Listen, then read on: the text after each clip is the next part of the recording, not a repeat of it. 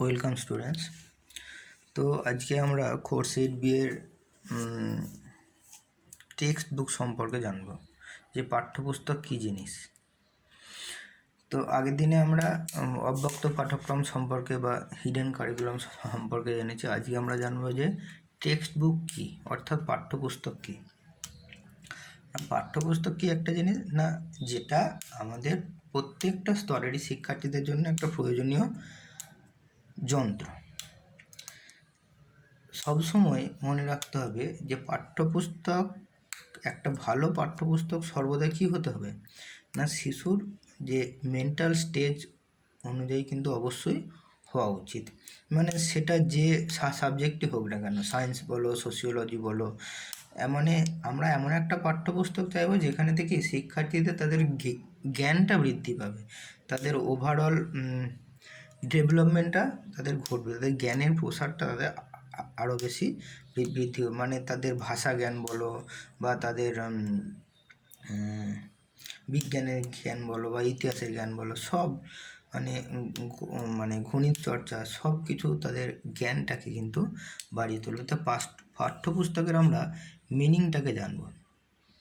Meaning কি? পাঠ্যপুস্তক মানে হচ্ছে textbook is a prescribed book for the students of a particular age group. মানে সেটা পাঠ্যপুস্তক এমন একটা নির্ধারিত বই যেটা স্টুডেন্টদের প্রত্যেকটা মানসিক স্তর অনুযায়ী তাদেরকে নির্ধারণ করা থাকে। আর পাঠ্যপুস্তক যে textbook is called the teacher in print. মানে টেক্সট বুককে এমন বলা হয় যেটা হচ্ছে শিক্ষক যেন মুদ্রিত আকারে আছে।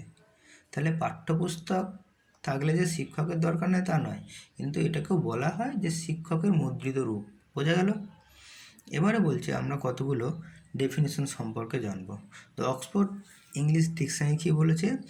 এ book used as a standard work for the study of a particular subject, a manual of instruction in a subject of study.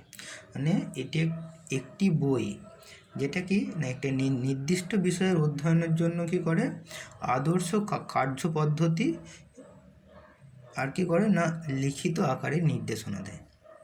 তাহলে কী করে না, আদর্শ কার্যপদ্ধতিকে নির্ধারণ করে একটা বিষয়ের অধ্যয়ন করার জন্য, আর লিখিত আকারে সেটা কী করে, নির্দেশ আমাদের দেয় যে কী কী করতে হবে, কী জানতে হবে, কী বুঝতে হবে। বোঝা গেল? আর এল.জি. লুইস বলেছেন যে textbook is tool both for people and the teacher.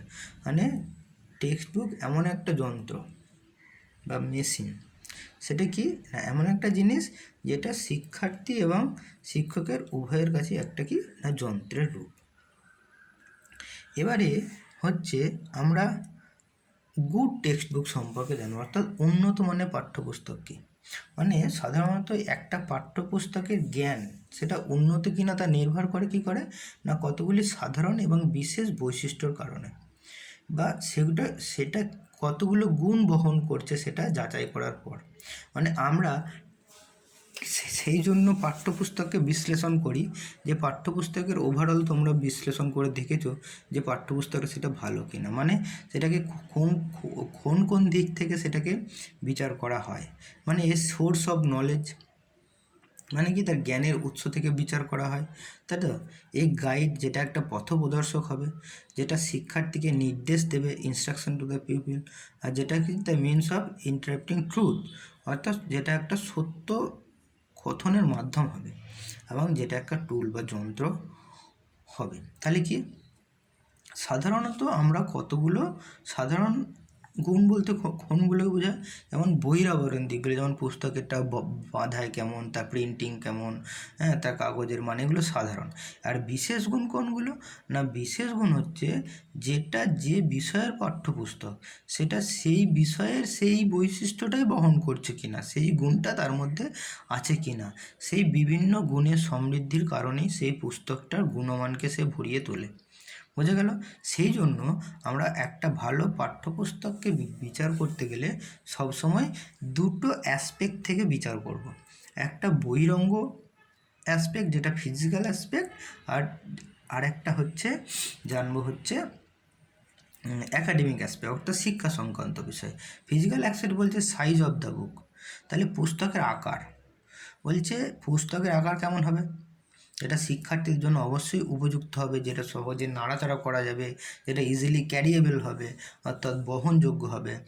অর্থাৎ কি, যাদের জন্য বইটা তৈরি তাদের জন্য বইটার আকার কত বড় হবে সেটা কিন্তু পারফেক্ট আকার হতে হবে। তার হরফের আকার বলতে পারো বা পাঠ্যপুস্তকটার আকার বলতে পারো, ঠিক আছে? সেটা তারা ইজিলি ক্যারি করতে পারছে কি না সেটা আমাদেরকে পুস্তকের আকার হিসেবে ফিজিক্যাল অ্যাসপেক্টটা বিচার করতে হবে। তারপরে বলছে যে প্রিন্টিং অফ দ্য বুকস, মানে পুস্তকের মুদ্রণ, ছাপাটা, মানে ছাপাটা কেমন ঝরঝরে পরিষ্কার কিনা, ঠিক আছে, ভুল থেকে মুক্ত কিনা, বা ভুলে ভরা হলে তো হবে না। তারপর যে ছাপার কালিটা ঠিকঠাক জায়গায় সমানভাবে পড়েছে কিনা, যেগুলো ব্লক লেটার মানে যেগুলো বোল্ড আকারে থাকবে, হ্যাঁ, সেগুলো স্পষ্টভাবে আছে কিনা, সেই পাতাটার যে চারদিকে যে স্পেস মার্জিন থাকে, মানে একটা পাঠ্যপুস্তকের প্রত্যেকটা পেজে দেখবে স্পেস মার্জিন থাকে, সেই মার্জিনটা ঠিকঠাক দেওয়া আছে কি না, হ্যাঁ, এবং স্পেস বিটুইন টু ওয়ার্ডস, বোঝা গেল? তাহলে কি দুটো শব্দের মধ্যে কি আছে, যথাযথ কি আছে, যে সঠিক জায়গা আছে কি না, তাই তো? স্পেস বিটুইন টু লাইন্স, দুটো লাইনের মধ্যে ঠিকঠাক ব্যবধান আছে কি না, একটা প্যারা থেকে অন্য প্যারার মধ্যে কীরকম ব্যবধান আছে কি না, বোঝা গেলো? যেগুলো আমরা কী করি ব্ল্যাকবোর্ড, মানে যখন আমরা স্কিলটা শিখি তখন কিন্তু এইগুলো আমাদেরকে জানতে হয়। সেরকম পাঠ্যপুস্তকেরও তার প্রিন্টটা কীরকম আছে, মানে দুটো অক্ষরের মধ্যে স্পেসটা ঠিক আছে, দুটো লাইনের মধ্যে স্পেসটা ঠিক আছে কি না, দুটো প্যারার মধ্যে স্পেসটা ঠিক আছে কি না। তাছাড়া প্রিন্টিংয়ের মধ্যে এটাও পড়ে, যেমন ধরো মানে পাঠ্যপুস্তকের মধ্যে কোনো যদি ছক থাকে, হ্যাঁ, কোনো যদি ডায়াগ্রাম থাকে, সেগুলো ঠিকঠাক পরিচ্ছন্নভাবে আছে কি না, মানে মানে অন্য কিছু হিজিবিজি আকারে যেন না থাকে, হ্যাঁ। এবারে ধরো যে পাঠ্যপুস্তকের একটা অধ্যায় যখন শেষ হয়ে যাচ্ছে, আর একটা অধ্যায় যখন শুরু হচ্ছে, সেটা একই পেজে না হয়ে নতুন একটা পেজে তার একটা অধ্যায় শুরু করাই শ্রেয়, তাই তো? সেটা দেখতে হবে যে নতুন একটা পেজে থেকেই মানে একটা নতুন অধ্যায় শুরু হয়েছে কি না, তাই তো? এবং যে ছাপাটার যে ওয়ার্ডের যে সাইজটা, সেই ওয়ার্ডের সাইজটা কতটা আমার দৃষ্টি সীমাকে কী করতে পারছে, অবস্থান হয়ে আছে, মানে দুটো এই শিক্ষার্থী যে বইটা পড়বে সেটা কত দূর থেকে সে বইটা পড়তে পারছে, ঠিক আছে? এটাকে আমাদেরকে দেখতে হবে। তারপরে এখানে বলছে type size of the books, অর্থাৎ কি না, টাইপ সাইজে কি, পুস্তকটার কভার পেজ, টাইটেল পেজ, পুস্তকটার টেক্সট বা ক্যাপশন, সেগুলো কীরকম সাইজ আছে, মানে যে সাইজে টাইপ করা হচ্ছে সেটা কতটা, এটাকে দেখতে হবে। মানে কভার পেজটা কীরকম টাইপ করা আছে, তার টাইটেল পেজটা কতটা মানে আকারে আছে। এরকম তোমরা যখন কম্পিউটারে ওয়ার্ডে কিছু টাইপ করতে যাও, তখন তোমরা যে কতগুলো স্কেল থাকে, 14, 12, 10, 15, 20, এরকম সাইজ, মানে যত বড় করবে তত বেশি তোমাকে টাইপ সাইজ নিতে হবে। সেই রকমই তোমাকে এটা দেখতে হবে যে পাঠ্যপুস্তকের টাইপ সাইজটা কেমন, হ্যাঁ, মানে যে জিনিসগুলো ইম্পর্ট্যান্ট জিনিস সেগুলো কীরকম বোল্ড আছে কি না, হ্যাঁ, মানে পাঠ্যপুস্তকের মানে সাইজটা, অক্ষরের যে সাইজগুলো, শিশুদেরকে চোখের যেন না কোনো অসুবিধা হয় সেটা কিন্তু দেখতে হবে, বোঝা গেল? এবারে হচ্ছে যে পেপার ইউজড ইন বুক, অর্থাৎ পাঠ্যপুস্তকের যে পাতাটা ব্যবহার করা হয়েছে সেটা কী রঙের পাতা, সাদা পাতা সাধারণত ব্যবহার হয়ে থাকে, পাতাগুলো কীরকম মোটা বা কত জিএসএম পাতা সেটা দেখতে হবে আমাদের, পাতাটা কতটা মসৃণ, যেটা সহজেই যাতে না কী হয়ে যায়, নষ্ট হয়ে যায়, কত ভালো মানের পাতা, সেগুলো কিন্তু আমাদেরকে দেখতে হবে। তারপরে কি দেখবে, বাইন্ডিং, মানে পাঠ্যপুস্তকের বাঁধাইটা কেমন, বাঁধাইটা যথেষ্ট শক্তিশালী হতে হবে। একটা পেজ যখন আমরা মাঝখান থেকে কিছু জিনিস দেখতে পাবো, তখন সেটা খুলে যাতে না যায়, সহজেই যেন দুটো পাশ উন্মুক্তভাবে খোলা যায়, তাই তো? হ্যাঁ, পুস্তকের যে ধারের দিকে যেগুলো সেলাই থাকে, বুনন থাকে, সেইগুলো যেন ভালোভাবে থাকে, সেই পাঠ্যপুস্তকের বাঁধাইটা কিন্তু একটা মেন জিনিস। তারপরে হচ্ছে প্রাইস অফ বুকস, পাঠ্যপুস্তকের মূল্যটা কিন্তু যুক্তিযুক্ত। অধিকাংশ কি হয় যে স্টুডেন্টরা সেগুলো যাতে কী করতে পারে, কিনতে পারে সহজেই, বা স্টুডেন্টদের অভিভাবকরাও যাতে সেইগুলো সেই মূল্য দিয়ে কিনতে পারে, সেই রকমই মূল্য হতে হবে। বোঝা গেল? এরপরে হচ্ছে যে all over get up the book, অর্থাৎ কি না সার্বিক, যে অল ওভার যেটা সার্বিক দৃশ্যমানতা বলতে পারো, এটা হচ্ছে অল ওভার কেমন দেখতে বইটা, টাইটেল পেজটা আকর্ষণীয় হতে পারে, হ্যাঁ, নির্দিষ্ট উপকরণ উপস্থাপিত হয়েছে কি না, হ্যাঁ, সার্বিকভাবে মানে দেখতে কতটা সুন্দর, সেটার ব্যাপারটা বলা হচ্ছে। এটা হচ্ছে বইটার গেল ফিজিক্যাল অ্যাসপেক্ট। এবারে আমরা জানবো হচ্ছে অ্যাকাডেমিক অ্যাসপেক্টসের মধ্যে এখানে বলছে যে থিমেটিক কন্টেন্ট অফ বুক, মানে পাঠ্যপুস্তকের পঠনীয় বিষয় কি না, পঠনীয় বিষয়গুলো শিক্ষার্থীদের মানসিক স্তর অনুযায়ী দেওয়া আছে কি না, সেগুলো শিক্ষার্থীদের আগ্রহকে ধরে রাখতে পারে কি না, সেগুলো শিক্ষার্থীদের কি না প্রাকৃতিক এবং সামাজিক পরিবেশের সঙ্গে সেগুলো সম্পর্কযুক্ত কি না, পঠনীয় বিষয়ের মধ্যে বৈচিত্র্য আছে কি না, পঠনীয় বিষয়ের মধ্যে কোনো আপডেটেড ইনফরমেশান এবং কোনো রং ইনফরমেশান আছে কি না, সেইগুলোকে দেখতে হবে, এবং শিক্ষার্থীদের মানসিক আঘাত করতে পারে এমন কোনো তথ্য আছে কি না, হ্যাঁ, সেইগুলো যাতে বাদ দেওয়া যায় সেইগুলো দেখতে হবে, তাই তো। পাঠ্যপুস্তকে এমন কোনো বিষয় যেগুলো শিক্ষার্থীদের হচ্ছে নাগরিক সচেতনতাকে বৃদ্ধি করবে, সেই জিনিসগুলো থাকতে হবে। পাঠ্যপুস্তকে অনেক সরস কৌতুকপূর্ণ বিষয়ের অন্তর্ভুক্তি করতে হবে। এইগুলো হচ্ছে কি না পাঠ্যপুস্তকের পঠনীয় বিষয়ের দিক। এবার হচ্ছে অর্গানাইজেশনাল অফ দ্যাট কন্টেন্ট, মানে বিষয়বস্তুর সংগঠন, তাই তো। এবার হচ্ছে বিষয়বস্তুর সংগঠনটা কীরকম হবে, মানে প্রত্যেকটা ইউনিট বা প্রত্যেকটা কন্টেন্ট মানে সুবিধাজনক একককে বা বিষয়কে ঠিকঠাকভাবে ভাগ করা হয়েছে কি না, প্রতিটা লেসন তার যে স্পেসটা সেটা কতটা শিক্ষার্থীদেরকে মানে উপযুক্ত, হ্যাঁ, পঠনীয় বিষয়টা যেরকম তাদের সহজ থেকে খুব কঠিনের দিকে যেতে হবে, তাই তো।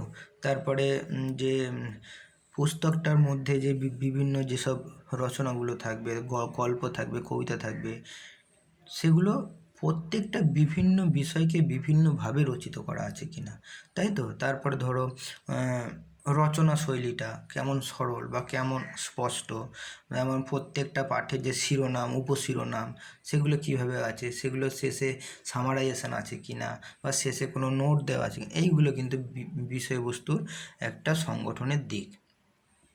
এবার হচ্ছে টেক্সচুয়াল ল্যাঙ্গুয়েজ, মানে টেক্সচুয়াল অর্থাৎ পাঠ্যপুস্তকের ভাষা। এই পাঠ্যপুস্তকের ভাষাটা অবশ্যই শিক্ষার্থীদের মানসিক স্তর অনুযায়ী অবশ্যই হতে হবে, এবং ভাষাটা যেন কী থাকে না নির্ভুল ভাষা হয়ে থাকে, তাই তো। প্রত্যেকটা প্রসঙ্গ বা প্রত্যেকটা পরিস্থিতি অনুযায়ী ভাষাটা যথাযথভাবে ব্যবহার করতে হবে। বোঝা গেল? এবার হচ্ছে ইলাস্ট্রেশন বলছে এখানে ভিজুয়াল এইডস, মানে যে ধারণাগুলো শিক্ষার্থীদের কাছে মূর্ত নয় অর্থাৎ বিমূর্ত, সেইগুলো মূর্ত করতে কী চিত্র বা কী আকার বা কী ছবির ব্যবহার করা হয়েছে, সেইগুলো কেমন, সেই অঙ্কনগুলোই বা কেমন, সেগুলো কতটা শিক্ষার্থীদেরকে বোঝাতে পারছে, তাই তো, এবং সেটা প্রাসঙ্গিক কিনা, তাই তো, এবং সেইগুলো দেখে শিক্ষার্থীরা ইন্সপায়ার্ড হচ্ছে কিনা, এবং সেইগুলো প্রত্যেকটা কঠিন ধারণা বা জটিল ধারণাকে বোঝাতে সেইগুলো ব্যবহার করা হচ্ছে কিনা, যে বা সেগুলো প্রত্যেকটা অধ্যায়েতেই আছে কিনা, সেইগুলো কিন্তু অবশ্যই আমাদেরকে দেখতে হবে। তারপর হচ্ছে textual exercise of the book, অর্থাৎ অনুশীলনী, মানে প্রতিটা অধ্যায়ের শেষে অনুশীলনী থাকা জানি বাঞ্ছনীয়। তারপর কি অনুশীলনী সম্পাদনে কি উদাহরণ কেমন ব্যবহার করা হয়েছে, অনুশীলনীর ক্ষেত্রে একটা জিনিস তোমাদেরকে দেখতে হবে যে মানে প্রত্যেকটা যে মানে ডোমেনকে অনুসরণ করে কোয়েশ্চেন করা হয়েছে কি না, যেমন যে কগনিটিভ ডোমেনের মধ্যে নলেজ, অ্যাপ্লিকেশান, হ্যাঁ, এইসবে আন্ডারস্ট্যান্ডিং, এই প্রশ্নগুলো আছে কি না, সেগুলোকে বেস করে প্রশ্নগুলো আছে কি না, এবং কাঠিন্যতার মান অনুযায়ী কিন্তু প্রত্যেকটা প্রশ্ন থাকতে হবে। সেখানে সহজ প্রশ্নও থাকতে হবে, কঠিন প্রশ্নও থাকতে হবে। সেরকম অনুশীলনীতে প্রশ্নের সংখ্যা কেমন আছে সেটা আমাদেরকে দেখতে হবে। যেগুলো মানে সেই প্রশ্নগুলো শিক্ষার্থীর সঠিক মূল্যায়নে উপযুক্ত কিনা সেগুলো কিন্তু আমাদেরকে দেখতে হবে। এই হয়ে গেল আমাদের কি না টেক্সচুয়াল এক্সারসাইজ। তো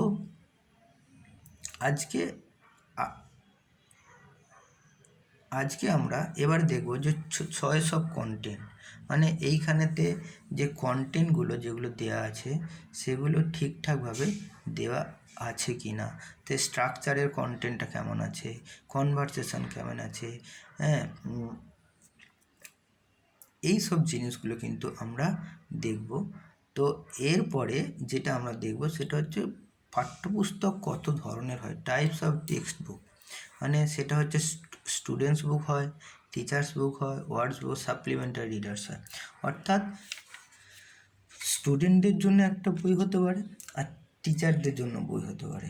মানে স্টুডেন্টরা যে বইটা পড়বে সেই পাঠ্যপুস্তকটা শিক্ষার্থীদের মান অনুযায়ী হতে হবে, এবং টিচাররা সেই বিষয়টা পড়াতে গেলে শিক্ষকদেরকে কিন্তু আরও ভালো প্রিপারেশনের জন্য টিচারদের বই কিন্তু আরও স্ট্যান্ডার্ড হতে হয়। টিচারদেরকে আরও বেশি ইনফরমেশান জানতে হয়। একটা সাধারণ জিনিসকে কিন্তু বোঝাতে গেলে সেই টিচারদের বুক কিন্তু আলাদা হবে।